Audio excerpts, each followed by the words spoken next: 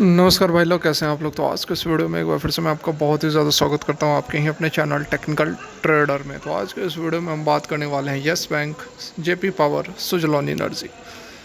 कल बहुत ही आम दिन है, आम दिन नहीं, आम बजट है। दिन तो खास है, बजट आम है, ठीक है।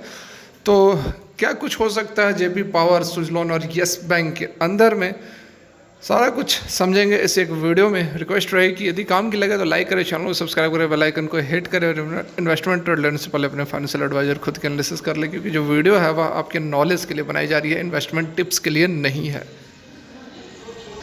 तो पहले बात कर लेते हैं जेपी पावर और सुजलॉन एनर्जी की।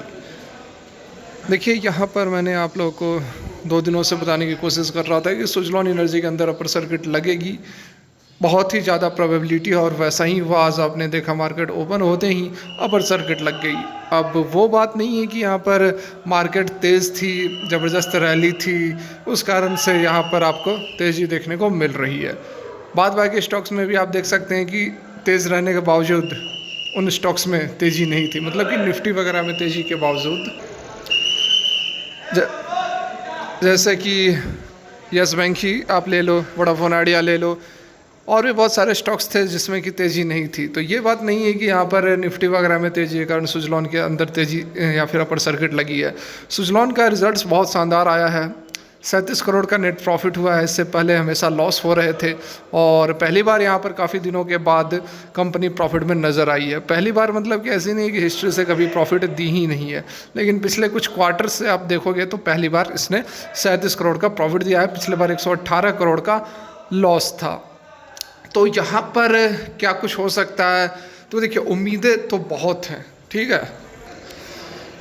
तो यहाँ पर देखिए जो कुछ स्टेप्स लिए गए हैं, मतलब एक्सपेक्टेड है।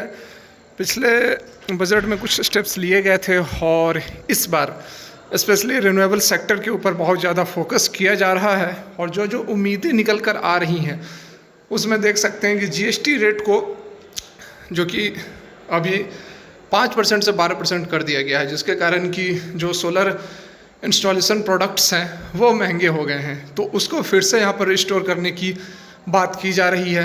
देख सकते हैं bringing generation and sale of electricity under the ambit of GST, as this will help bring down the input cost and ultimately benefit the end customer. मतलब कि जो एंड कस्टमर है, जो इन प्रोडक्ट्स को यूज़ कर रहे हैं, जीएसटी कम होगा तो इनडायरेक्टली फ़ायदा तो कंज्यूमर को ही होगा।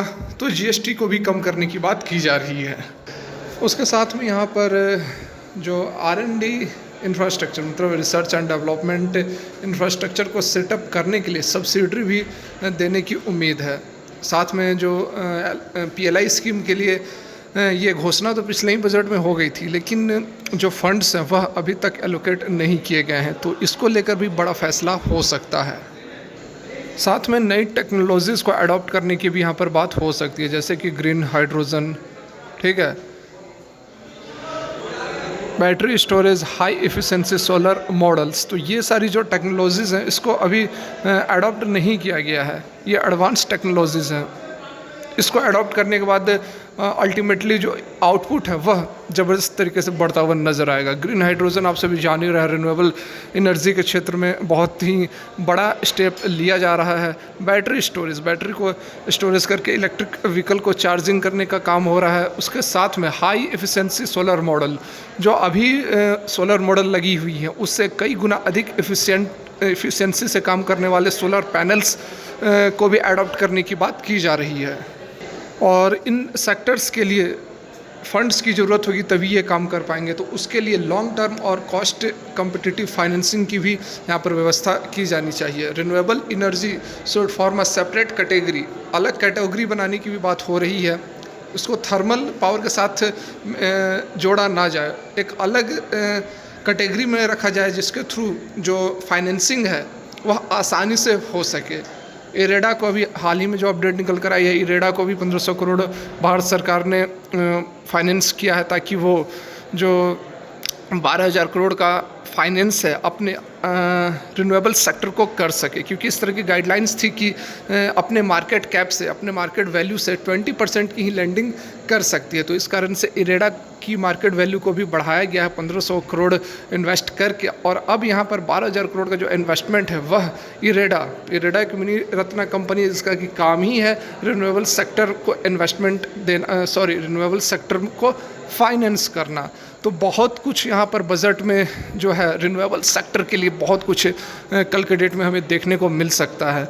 जेपी पावर हाइड्रो पावर में भी काम करती है, थर्मल पावर में भी काम करती है। तो ज़बरदस्त यहाँ पर जेपी पावर की भी बहुत ज़्यादा एक्सपेक्टेशन है कि इस बजट से उसको भी फ़ायदा होने वाला है। साथ में सुजलॉन एनर्जी तो अभी भाग ही रहा है, और अभी आने वाले समय में भी सुजलॉन एनर्जी के अंदर अच्छी खासी तेज़ी रहनी चाहिए। कुछ प्रॉब्लम ज़रूर हैं सुजलॉन एनर्जी को, लेकिन वो सारी जो बातें हैं वो इस बजट में हो सकता है सॉर्ट आउट हो जाए।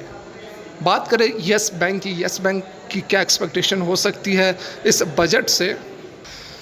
बात की जाए येस बैंक की, तो यहाँ पर देख सकते हैं बजट में क्या कुछ निकल कर आ रहा है। Partial privatisation of public sector banking will be a bold transformative move.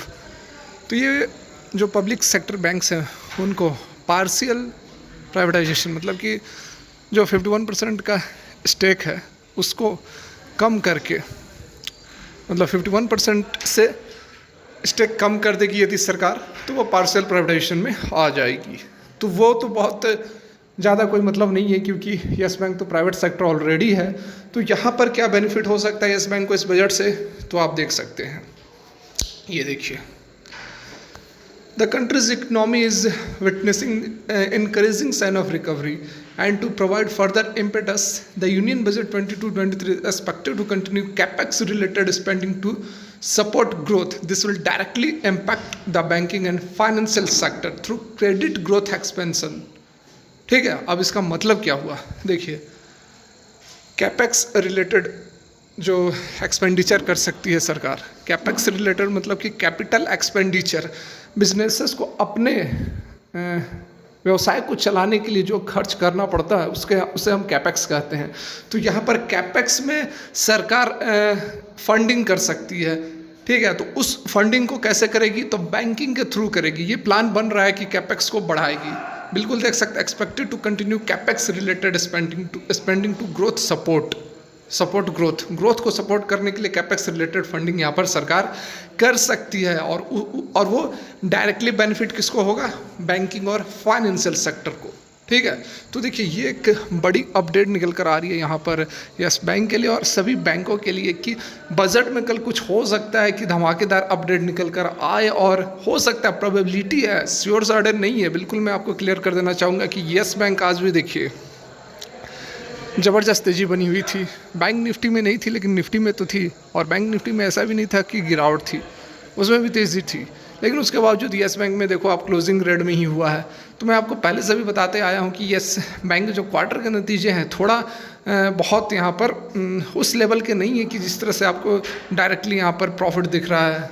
सीधे जो प्रॉफिट हुआ है 74% का जो हम बता रहे हैं कि प्रॉफिट में हुआ है, तो उस तरह की बात बिल्कुल सस्टेन नहीं कर रही है। बहुत सारे ऐसे लोग हैं जो आपको पैसा डुबा देंगे, डुबाने पर लगे हुए हैं। देखिए, वोडाफोन आइडिया को रोज़ सर्किट लगा रहे हैं। मैं क्लियर कट अपने सब्सक्राइबर को बोल दिया हूँ कि वोडाफोन आइडिया से फिलहाल बच के रहें, दूरी बना कर रहें, क्योंकि सारा कुछ ठीक नहीं चल रहा वोडाफोन आइडिया के लिए। आज भी देखिए इसमें हर तरफ तेज़ी थी, वोडाफोन आइडिया में गिरावट थी। तो समझिए, बातों को समझिए।